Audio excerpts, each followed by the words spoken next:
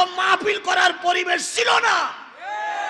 কত মাহফিল থেকে আমাকে পালিয়ে যেতে হয়েছে, কত মাহফিলে এসে ফিরে যেতে হয়েছে, স্টেজে উঠতে দেয় নাই।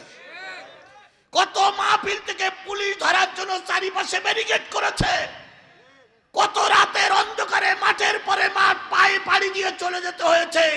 কত রাতের পরে রাত ভ্যানে, রিকশায়, তারপরে মোটরসাইকেলে যুবকদের সঙ্গে ঘুরে ঘুরে বেড়াতে হয়েছে। যে মোড়ে যায় সেই মোড়ে পুলিশ। সেই ইতিহাসগুলোকে আপনারা ভুলে গেছেন? তাহলে রাসূলের যুগ যা ছিল সে যুগ আমরা গত 15 বছর ওই একই কায়দার যুগ পালন করেছি। আমার ভাইয়েরা, তবে তুমি যদি কোরআনের পক্ষে থাকো, তুমি যদি ইসলামের পক্ষে থাকো, হয়তো 10-20 দিন দেরি হবে, কিন্তু বিজয় আল্লাহ পাক তোমাকেই দেবে। যারা আমাদের বলতেন ময়দানে ওয়াজ করা যাবে না, তারা ময়দানে নাই, আর যারা পালাইছিল তারাই ময়দানে আছে। বিএনপি জামাতের লোকদের থানার বাউন্ডারির ভিতরে ঢুকতে দেওয়া হইতো না। বিএনপি জামাতের লোক একটু মুখ টুক ঢেকে একটু ওয়াজ শুনতে বসেছে, ওপরে লিডাররা খেয়াল করেছে খুঁটি দিয়ে হেলান দিয়ে কেটা ওয়াজ শুনতেছে। এখান থেকে ফোন দিতে, ওসি সাহেব থানায় বসে কি ঘোড়ার ঘাস কাটতেছেন? সেই বিএনপির লিডার ওই খুঁটি হেলান দিয়ে বসে আছে, জামাতের লিডার খুঁটি হেলান দিয়ে বসে আছে। কথা ওরা বলেছে না বলেনি? নির্যাতনের চরম শিকারে পৌঁছাই গেছিল। এই জন্য পৃথিবীর ইতিহাসে বাংলাদেশের 53 বছর বয়সে যত নেতা ক্ষমতাচ্যুত হয়েছে, কোন নেতা তার কর্মী বাহিনী নিয়ে পালিয়ে যায়নি। আর একমাত্র একজন নেত্রী পালিয়ে গেছে, তার পক্ষের সাধারণ কর্মীরাও পর্যন্ত পালিয়ে চলে গেছে।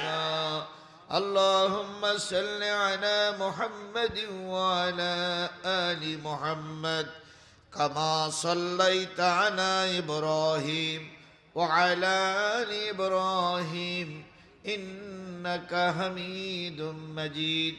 اللهم بارك على محمد وعلى آل محمد كما باركت على إبراهيم وعلى آل إبراهيم إنك حميد مجيد لا إله جورے جورے لا إله আরো জোরে লা ইলাহা লা ইলাহা ইল্লাল্লাহ মুহাম্মাদুর রাসূলুল্লাহ লা ইলাহা লা ইলাহা লা ইলাহা ইল্লাল্লাহ মুহাম্মাদুর। পাখির গানে গানে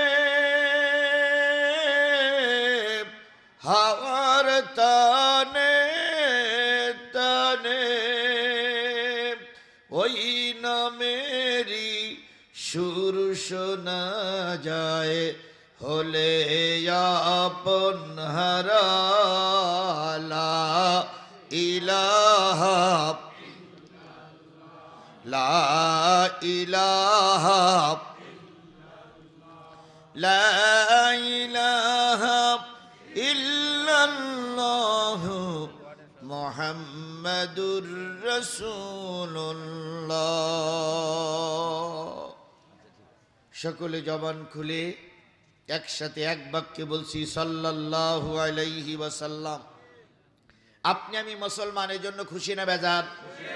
সবাই মিলে বলুন, এর জন্য আপনারা খুশি না বেজার? আপনি আমি মুসলমান, এটা কি ইচ্ছা করি হতে পেরেছি? কে বানিয়েছে? আপনি আমি মুসলমান, আমি কি ইচ্ছা করে মুসলমান হয়েছি? আমাকে কে মুসলমান বানিয়েছেন? আচ্ছা বলুন তো, এই উপস্থিতি আল্লাহ ইচ্ছা করলে আপনাকে আমাকে খ্রিস্টান বানাতে পারতেন না? কথা বলেন, পারতেন না? আল্লাহ আপনাকে আমাকে ইহুদি বানাতে পারতেন না? আল্লাহ আপনাকে আমাকে হিন্দু বানাতে পারতেন না? তা না বানিয়ে কি বানিয়েছেন? এই কথা বলেন, কি বানিয়েছেন? আরেকটু জোরে বলুন তো, কি বানিয়েছেন? আবার মুসলমানের ভিতরে বিভিন্ন জাত এবং পদের মুসলমান আছে। কেউ 2 দিন নামাজ পড়া মুসলমান, কেউ শুক্রবারের নামাজ পড়া মুসলমান, কেউ জীবনে একদিনও মসজিদে যায় না তিনিও মুসলমান, কেউ মসজিদ মাদ্রাসাগুলো ভেঙে দিচ্ছে উনিও মুসলমান, কেউ আলেমদের ফাঁসিতে ঝুলাই আনন্দ মিছিল করে উনিও মুসলমান, কেউ দিন কায়েমের বিরোধিতা করে উনিও মুসলমান, আপনিও মুসলমান, আমিও মুসলমান। কথা বলেন, কথা বলেন, কথা বলেন। সব শ্রেণীর মুসলমান আমাদের সমাজে আছে না নাই? আল্লাহ বলতেছেন কুনতুম খায়রা উম্মাতিন উখরিজাত লিন্নাস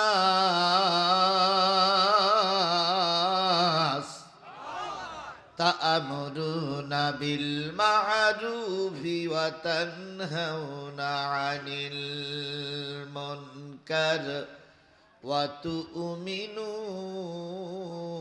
বিল্লাহ।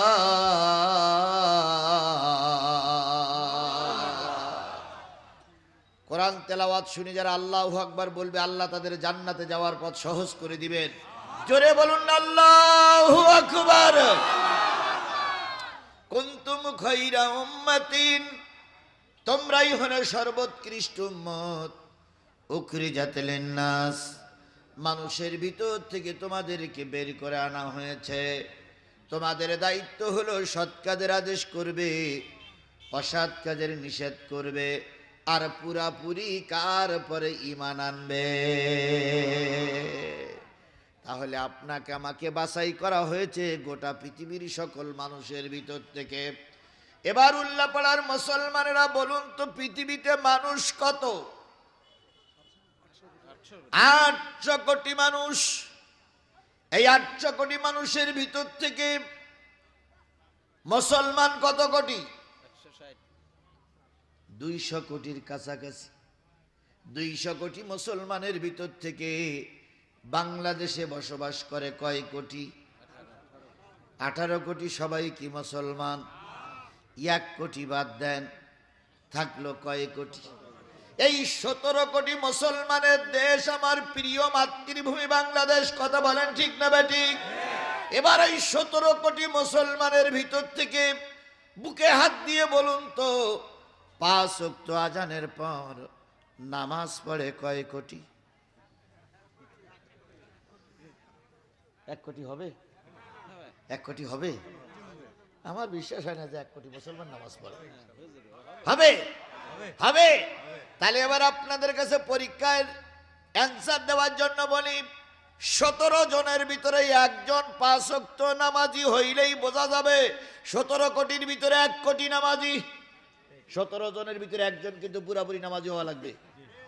এবার খালিয়াপাড়ার মুসলমানেরা বলেন তো, আপনারা যারা বসবাস করেন 17 জনের ভিতরে একজন প্রতিদিন 5 ওয়াক্ত নামাজে যায় কিনা? ভাইরা বলতেছে যায়, আবার কিছু লোক বলতেছে যায় না। আচ্ছা, হয় যাক নাই না যাক, দুটোই একটাই হোক। এই 17 জন 17% ভিতরে 1 কোটি মুসলমান যদি বাংলার জমিনে নামাজ পড়তো আর নামাজের হকগুলো যদি মেনে চলতো, যে সূরাগুলো পড়ে ওই সূরাগুলোর বিধান যদি মেনে চলতো, আল্লাহর কসম কোনো আলেমের ফাঁসি হতো না। এই 17% ভিতরে 1% মুসলমান যদি কোরআন বুঝে চলতো, কোন আলেমকে জেলখানায় ঢুকে ঢুকে মারা লাগতো না।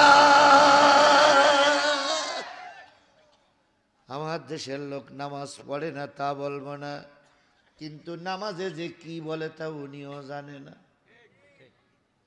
সেই দাদির কাছে নানির কাছে সূরা পড়েছিল, কুলু আল্লাহু আহাদ, আল্লাহ সামাদ, আলাম তারা কাইফা ফালা ফালাই রব্বুকা, পুকুর শুদ্ধ পানি পোড়া গ্রাম শুদ্ধ খা আল্লাহ, উসুমনি জুদুমনি বুদুমনি সানে, এই রোজা রেখে দিলাম রমজানের সানে। সেই নিয়ম এখনো অনেকের কাছেই আছে। কথা বলেন ঠিক না বেঠিক? আমাদের দেশের মুসলমানেরা যদি নামাজের হক আদায় করত, আলহামদুলিল্লাহি রাব্বিল আলামিন, আর রহমানির রহিম মালিক ইয়াউমিদ্দিন ইয়্যাকা না'বুদু ওয়া ইয়্যাকা নাস্তাঈন। এই একটা আয়াত, ইয়্যাকা না'বুদু ওয়া ইয়্যাকা নাস্তাঈন, আমরা তোমারই গোলামি করি আর তোমার কাছে ছাড়া কারোর কাছে সাহায্য চাই না। এতটুক বুঝ যদি আমাদের দিলের ভিতরে আসতো, ইমান বিক্রি করে মুসলমান কাফের বেঈমানের দিকে যেতে পারত না।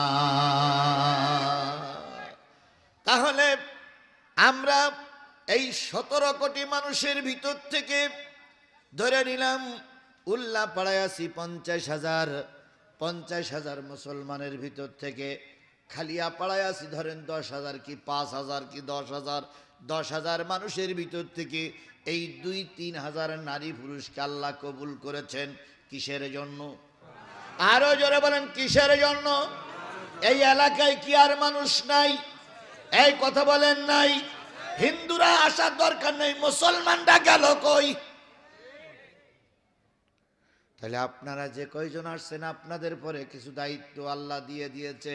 সে দায়িত্বটা হলো তা'মুরুনা বিল মা'রুফি ওয়া তানহাউনা আনিল মুনকার ওয়া তু'মিনুনা বিল্লাহ। তোমরা সৎ কাজের আদেশ করবে, অসৎ কাজের নিষেধ করবে, আর পুরাপুরি কার পরে ঈমান আনবে? আরো জোরে বলেন কার পরে ঈমান আনবে? তাহলে আল্লাহর পরে ঈমান এনে সৎ কাজের আদেশের আশায়, অসৎ কাজের নিষেধের নিয়তে আল্লাহ পাক আপনাকে আমাকে কোরআনের মাহফিলে কবুল করলেন। যে মালিক কবুল করলেন সেই মালিকের শুকরিয়াটা আস্তে না জোরে? সবাই মিলে বলতে হবে আস্তে না জোরে। তাহলে কারোর জবান বন্ধ থাকবে না, সকলে মিলে জোরে সরে একসাথে এক বাক্যে বলছি আলহামদুলিল্লাহ। সর্বকালের সর্বশ্রেষ্ঠ মহামানব যিনি এসেছিলেন এই পৃথিবীতে মানুষের কল্যাণের জন্য। কিসের জন্য এসেছিলেন? কথা বলেন কিসের জন্য এসেছিলেন? তিনি যদি পাহাড়ের গায়ে হাত লাগাইয়ে দোয়া করতেন পাহাড় সোনা হয়ে যাও, যেতে পারত কি না? পারত। তিনি যদি কোন লোকের জন্য ভালো দোয়া করতেন সেটা কবুল হতো, খারাপ দোয়া করলেও কবুল হতো। তিনি যেটা করেছেন সেটাই মুসলমানের জন্য শরিয়াত। তাহলে এত ভালো মানুষটার এই ময়দানে কাজ করতে যে অত্যাচারের শিকার হতে হয়েছে না হয়নি? মারি খাওয়া লেগেছে না লাগেনি? দেশ ছেড়ে চলে যাওয়া লেগেছে না লাগেনি? ও আমার উল্লাপাড়ার মুসলমানেরা, রাতারাতি ইসলাম আমাদের কাছে আসেনি, আসবে না। ইসলাম প্রতিষ্ঠার জন্য অনেক রক্ত ঝরানো লেগেছে। তুমি আর আমি যদি ইসলাম প্রতিষ্ঠিত করতে চাই, মামার বাড়ির মতন মামার বাড়ির ডাল আর মোয়া খাওয়ার নিয়ত করে বসে থাকলে হবে না, তোমাকেও ময়দানে নেওয়া লাগবে।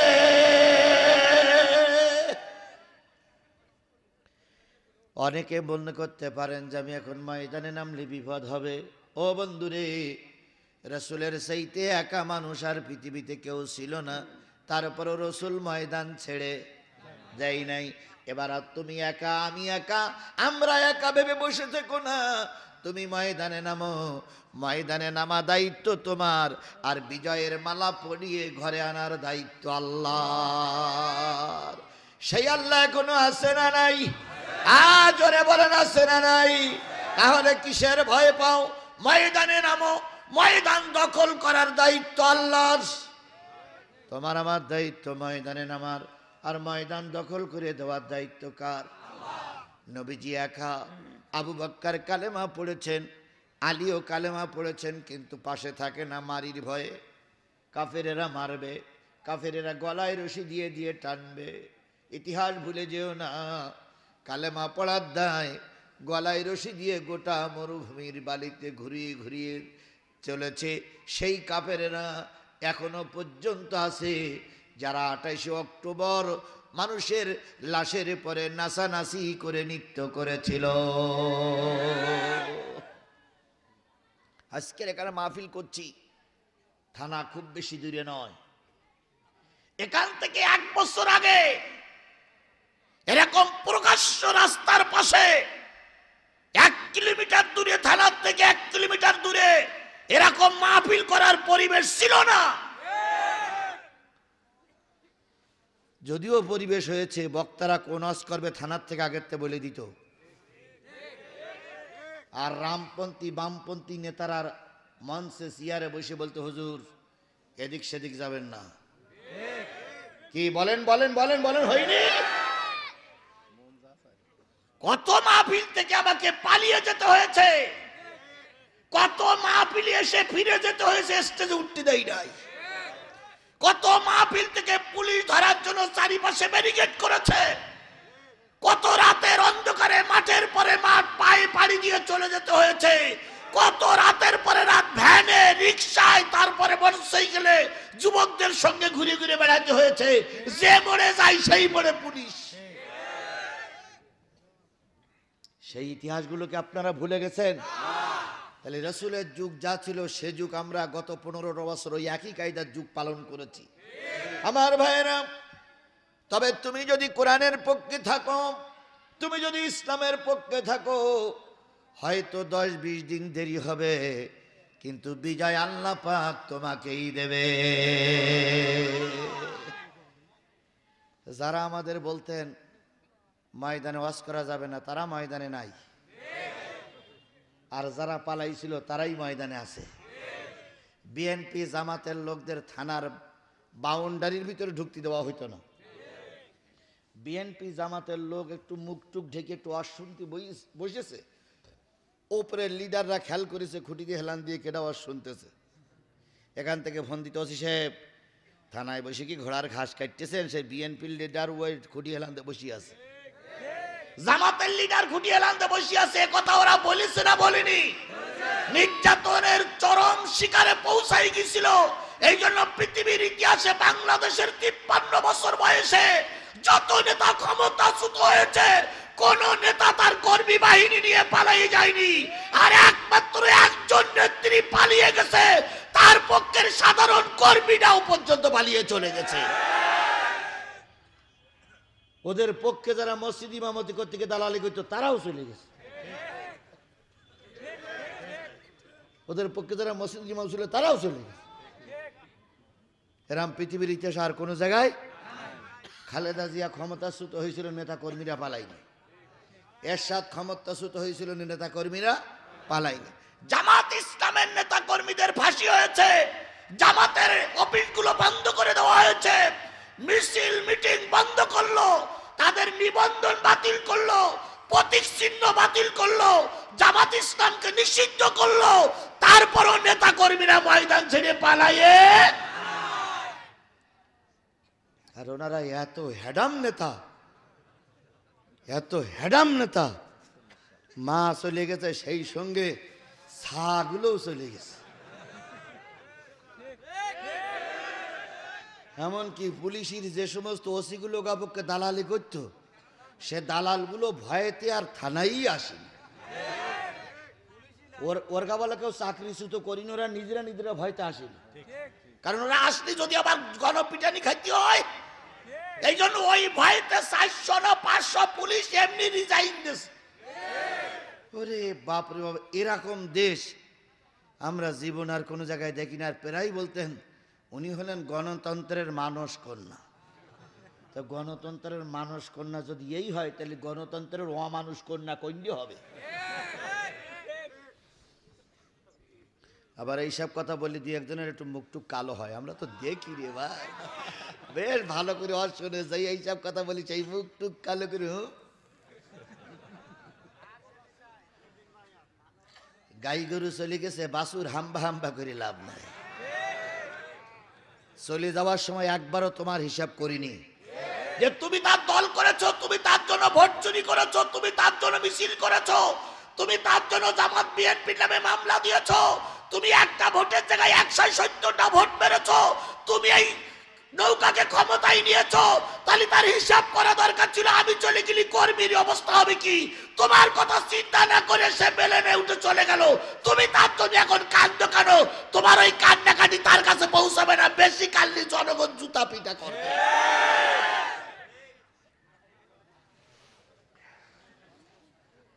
তাহলে যে জিনিসটা বোঝাতে চাচ্ছিলাম, নবী ছিলেন একা, অনেক কষ্ট মেহনত করতে হয়েছে, তবু ময়দান ছেড়ে। এমত অবস্থা একটা অঘটন ঘটে গেল মক্কায়। ঘটনাটা হলো, একজন উট বিক্রি করতে আইছে।